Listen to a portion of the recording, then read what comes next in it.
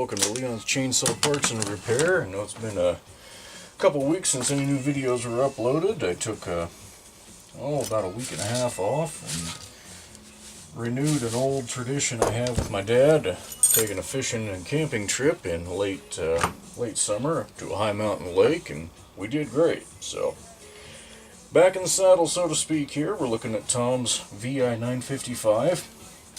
He sent it to me to get it running right. Said it would run, but that it was flooding out with the choke closed, and I wasn't totally sure what to make of that, so I just decided, what the heck, I'm going to go through the carb. I put some gas in it, tried to start it, wouldn't start.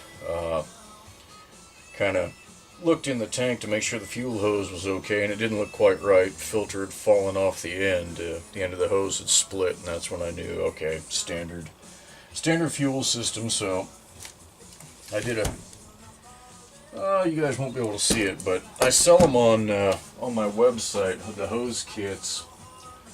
My part number is FLS24 for the 925 and these 955s. That had the steel pipe that went between the hose and the tank that had a built-in grommet, and then the intermediate hose that goes from the steel pipe to the carburetor. What I do is include a couple grommets and then just regular 1/8 inch inside diameter fuel hose, and you eliminate those molded grommets so that if you ever have to replace the hose in the future, you can just get standard hose. Cleans up real nice, works great. So I put that in there, but I also, before I even opened up the carb, put a pressure gauge on it, and it wasn't holding. It was bleeding off super fast. So that's where the flooding issue was.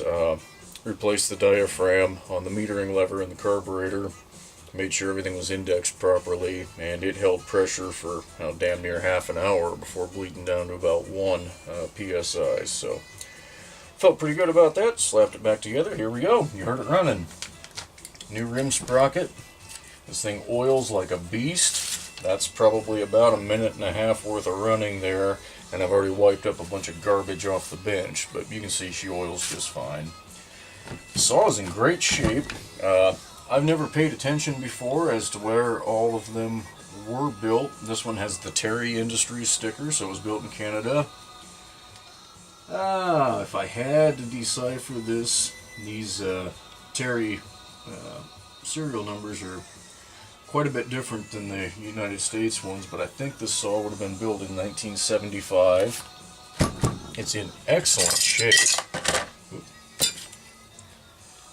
Do this anyway to return it, but I mean, look at this thing. Other than the clutch nuts backed out at some point and cut that nice little circle there, not clutch nuts, excuse me, the bolts that hold the cover on, those need a little Loctite on them, but it's in just great shape, and it even still has its finger guard that would have been used primarily with the full wrap handle, but perhaps that was standard on the 955s. I don't honestly know, but it has a bucking spike. Tom didn't ship that because it's a pain to ship, but that's part of why the front of the tank is in such good shape.